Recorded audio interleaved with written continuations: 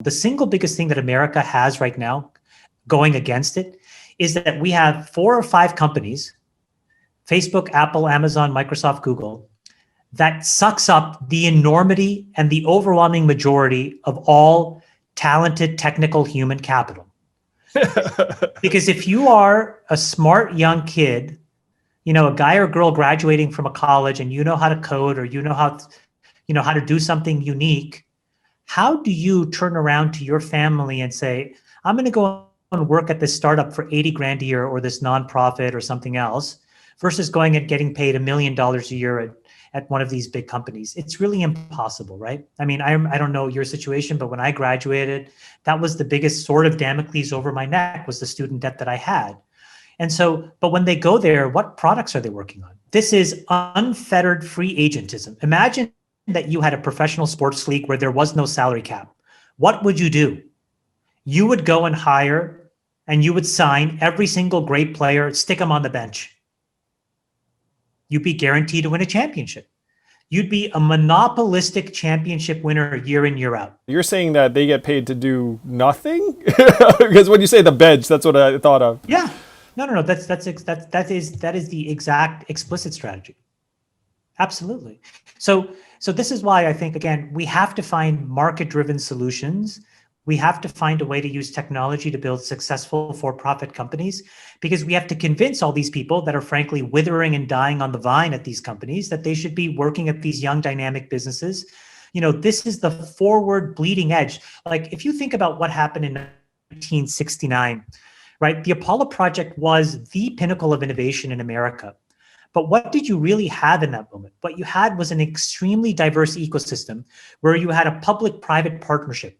You had the government that was basically an enormous balance sheet, plus a lot of regulatory freedom and the ability to explore, which then saw the germination of hundreds of companies and an ecosystem trying to get America into space, and then to the moon, and then back. Now we have the exact opposite. We have the federal government that isn't exactly sure what its posture should be.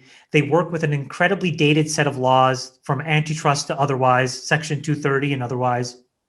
And then we have a handful of companies that are effectively monopolies that understand that their balance sheet is a tool, that their balance sheet is equivalent to most other governments in the world, except maybe the United States, right? If you put the GDP of countries on a list and then put the market cap of these big companies together, these 5 companies are probably top 50 countries.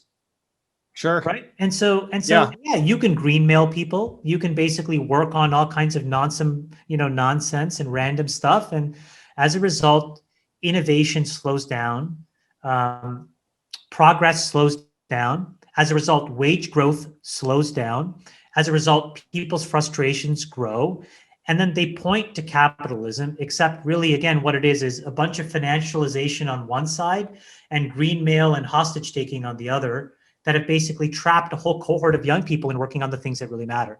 Chamath, I spent a number of years trying to counteract this. I don't know how much you know about my work with Venture for America. So what we did was we recruited enterprising young people, some of them technical, some of them not, to work at early stage growth companies in Detroit, New Orleans, Baltimore, Cleveland, Birmingham, and another half dozen cities around the country that are not New York, San Francisco, with the thought process being exactly what you described, which is, look, right now, if you're a whiz kid out of a lot of places, banks and consulting firms and tech companies will wave money at you, and then you will go there and you will do something that's not super socially productive.